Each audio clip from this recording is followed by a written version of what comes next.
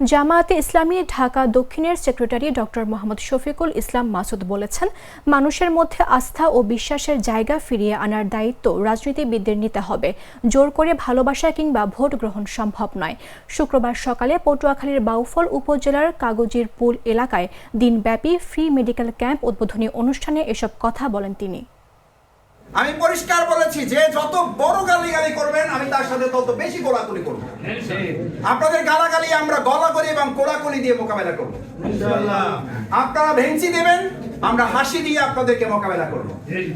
আপনারা অপকর্ম করবেন, আমরা এরকম ইবনে সিনা আউটডোর প্রাইমারি হেলথ মেডিকেল সেন্টারের মতো শত শত না হাজার হাজার মানুষের কল্যাণের কাজ দিয়ে আপনাদেরকে মোকাবেলা করে আমরা তীব্র প্রতিযোগিতায় আমরা প্রথমে স্থান অধিকার করব। আমরা শক্তি দিয়ে আপনাদের হারাতে যাব না।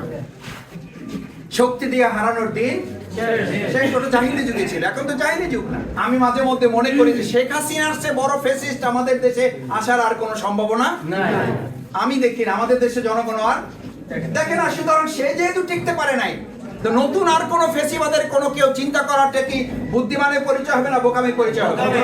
এই বোকামি আর কেউ করুক, এটা কি আমাদেরও করতে দেওয়া উচিত?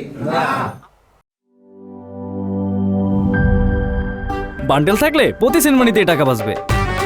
বিকাশ সেনমানি বান্ডেল কিনে জিতুন প্রতি লেনদেনে।